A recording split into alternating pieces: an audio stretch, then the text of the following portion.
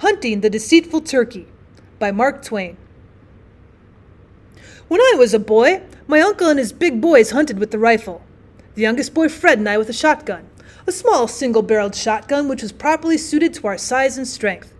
It was not much heavier than a broom. We carried it turnabout half an hour at a time. I was not able to hit anything with it, but I liked to try. Fred and I hunted feathered small game. The others hunted deer, squirrels, wild turkeys, and such things. My uncle and the big boys were good shots. They killed hawks and wild geese and such like on the wing, and they didn't wound or kill squirrels. They stunned them. When the dogs treed a squirrel, the squirrel would scamper aloft and run out on a limb and flatten himself along it, hoping to make himself invisible in that way, and not quite succeeding. You could see his wee little ears sticking up. Now you couldn't see his nose, but you knew where it was. When the hunter, despising a rest for his rifle, stood up and took an offhand aim at the limb and sent a bullet into it immediately under the squirrel's nose, down tumbled the animal, unwounded but unconscious. The dogs gave him a shake and he was dead. Sometimes when the distance was great and the wind not accurately allowed for, the bullet would hit the squirrel's head, and the dogs could do as they pleased with that one. The hunter's pride was hurt and he wouldn't allow it to go for the game bag. In the first faint gray of the dawn, the stately wild turkeys would be stalking around in great flocks, and ready to be sociable and answer invitations to come and converse with other excursionists of their kind. The hunter concealed himself and imitated the turkey call by sucking the air through the leg bone of a turkey which had previously answered a call like that and lived only just long enough to regret it. There's nothing that furnishes a perfect turkey call except that bone. Well, another nature's treacheries, you see. She's full of them.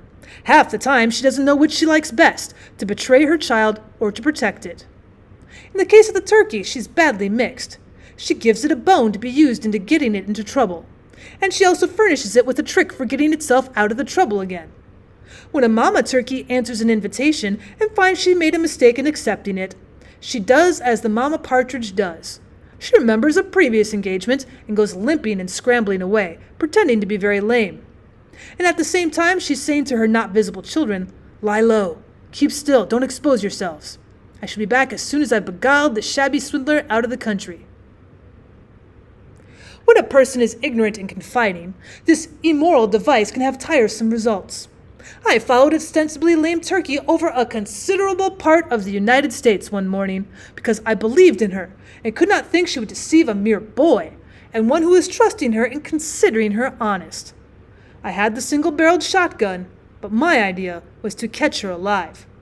I often got within rushing distance of her and then made my rush. But always just as I made my final plunge and put my hand down where her back had been, it wasn't there. It was only 2 or 3 inches from there, and I brushed the tail feathers as I landed on my stomach. A very close call, but still not quite close enough. Well, that is not close enough for success, but just close enough to convince me that I would do it next time. She always waited for me a little piece away and let on to be resting and greatly fatigued, which was a lie. But I believed it, for I still thought her honest long after I ought to have begun to doubt her, suspecting that this was no way for a high-minded bird to be acting. I followed and followed and followed, making my periodical rushes and getting up and brushing the dust off and resuming the voyage with patient confidence.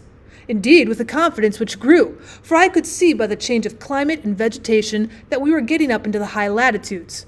And as she always looked a little tireder and a little more discouraged after each rush, I judged I was safe to win in the end, in the competition being purely a matter of staying power, and the advantage lying with me from the start, because she was lame. Along in the afternoon, I began to feel fatigued myself. Neither of us had had any rest since we first started on the excursion, which was upwards of 10 hours before, though latterly we'd paused a while after rushes, I letting on to be thinking about something else. But neither of us sincere, and both of us waiting for the other to call game, but in no real hurry about it, for indeed those little evanescent snatches of rest were very grateful to the feelings of us both. It would naturally be so, skirmishing along like that ever since dawn, and not a bite in the meantime. At least for me, though sometimes as she lay on her side, fanning herself with a wing and praying for strength to get out of this difficulty. A grasshopper happened along whose time had come, and that was well for her and fortunate. But I had nothing the whole day. More than once, after I was very tired, I gave up taking her alive and was going to shoot her. But I never did it, although it was my right, for I did not believe I could hit her. And besides, she always stopped and posed when I raised the gun, and this made me suspicious that she knew about me and my marksmanship, and so I did not care to expose myself to remarks. I didn't get her at all. When she got tired of the game at last, she rose from almost under my hand and flew aloft with the rush and whir of a shell, and lit on the highest limb of a great tree, and sat down and crossed her legs, and smiled down at me, and seemed gratified to see me so astonished. I was ashamed, and also lost, and it was while wandering the woods hunting for myself that I found a deserted log cabin, and had one of the best meals there that in my life days I have eaten. The weed-grown garden was full of ripe tomatoes, and I ate them ravenously, but I'd never liked them before. Not more than 2 or 3 times since I've tasted anything that was so delicious as those tomatoes. I surfeited myself with them, and did not taste another one until I was in middle life. I can eat them now, but I do not like the look of them. I suppose we all have experienced a surfeit at one time or another. Once, in the stress of circumstances, I ate part of a barrel of sardines, there being nothing else at hand. But since then, I've always been able to get along without sardines.